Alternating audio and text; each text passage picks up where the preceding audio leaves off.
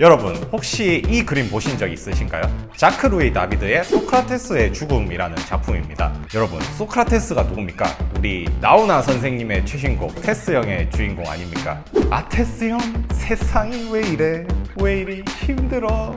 너 자신을 알라, 악법도 법이다 라는 명언으로 유명한 이 서양 철학의 아버지 소크라테스. 소크라테스의 죽음을 이 모티브로 한 작품들이 굉장히 많이 있는데요. 보시면은 하나같이 이 사약이 등장하죠. 자, 소크라테스를 죽인 저 사약, 과연 뭐가 들어있는지 궁금하지 않으세요? 테스 형의 죽음이 궁금하시다면 영상 끝까지 시청해주세요.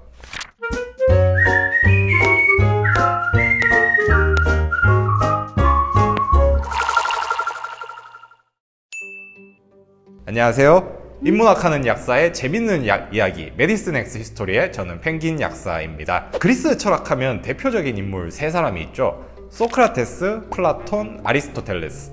근데 아리스토텔레스의 스승이 플라톤이고 플라톤의 스승이 소크라테스예요. 그래서 우리가 이 철학사 책 읽어보겠다 하면은 이제 항상 맨 앞장에 등장하는 행렬과 같으신 이 분이죠. 살면서 우리 이런 명언 한 번쯤 들어보셨을 거예요. 너 자신을 알라, 악법도 법이다.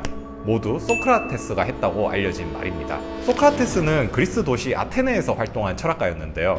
인기가 굉장히 많아서 전 국민의 사랑을 받았다고 해요. 그런데 이 아테네의 원로원들이 이 소크라테스를 신에 대한 모독과 젊은이들을 타락시킨 죄로 그에게 사형 선고를 내립니다. 결국 소크라테스는 이 사약을 받고 죽게 되는데, 그때 소크라테스가 이렇게 말을 했다고 해요. 가혹하지만 이것도 법이다. 사실 이게 일본 번역가에 의해 잘못 번역이 되어서 우리는 이제 악법도 법이다라고 이제 잘못 알고 있죠.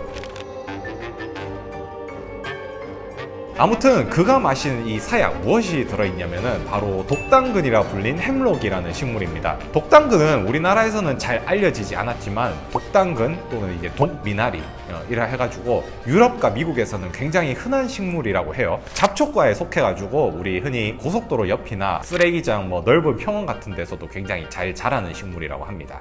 미국에서는 이 햄록을 먹고 소들이 쓰러져가지고 연간 10억에서 20억 달러 손실이 생긴다고 하는데, 소의 독이라고 해서 카우스 베인이라고도 불린다고 합니다. 영국에서는 이 실제로 소크라테스를 이제 따라해서 이 햄록즙을 먹고 자살한 사례도 있었다고 합니다. 햄록 안에는 이 코닌이라고 불리는 성분이 있는데요.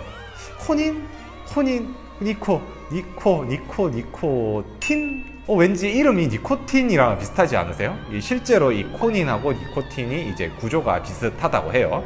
코닌은 우리 인체의 신경, 특히 근육하고 신경 사이의 신호 전달을 방해를 해요. 신경에서 근육으로 신호가 가야 되는데 안 가니까 근육이 안 움직이고 마비 증상이 일어나겠죠. 이 코닌을 이용한 실험들을 이제 살펴보면, 토끼한테 이 코닌을 주사를 했더니 심장 박동수가 떨어지고, 고양이한테 주사를 하니까 호흡하기가 힘들어지고 행동과 판단이 느려졌다고 합니다. 사람한테도 이제 비슷한 작용을 일으키죠. 코닌은 보통 3mg 정도 있어도 독성을 일으키고, 사람의 경우에는 총 150에서 300mg 정도의 코닌을 먹으면 사망한다고 알려져 있습니다. 이 양이 어느 정도냐면 햄록 6에서 8입, 그러니까 한 6g 정도만 있으면 사람을 죽일 수 있다고 해요. 정말 무시무시한 독이 아닐 수 없습니다. 우리가 이제 보통 사약이라고 하면은 어떤 이미지를 떠오르냐면, 사약을 받아요.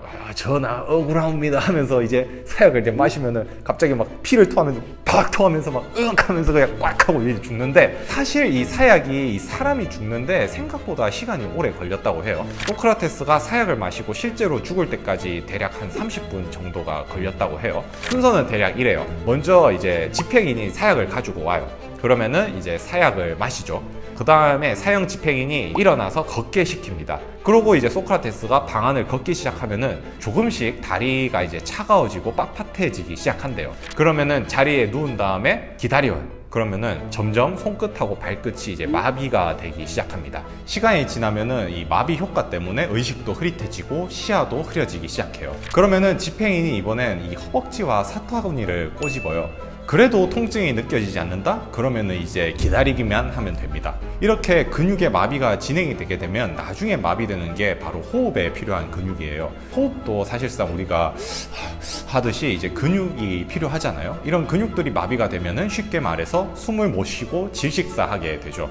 죽기 직전 집행인이 이 소크라테스의 얼굴에 하얀 천을 씌우게 돼요. 왜냐면은 사람이 이제 죽기 직전이면은 몸이 본능적으로 이 경련과 함께 호흡이 가빠지고 침을 흘리고 또 얼굴 표정이 일그러지거든요. 죽는 사람의 이 마지막 모습을 안 보여주기 위한 마지막 배려인 셈이죠. 소크라테스가 죽기 전에 마지막으로 한 말이 좀 인상적인데요. 그는 이렇게 말을 했다고 합니다. 친구여, 아스클라피우스에게 수탉 한 마리 값을 빚졌으니 잊지 말고 갚아주길 바라네.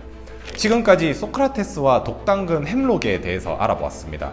사실 소크라테스는 이 제자들의 도움으로 감옥에서 빠져나올 수 있었는데 스스로 죽음을 선택해서 사약을 마셨다고 해요. 왜 그런 걸까요? 죽음의 위협 앞에서도 이 자신의 철학과 신념을 굽히지 말라는 것을 소크라테스는 실천을 통해 보여준 거죠.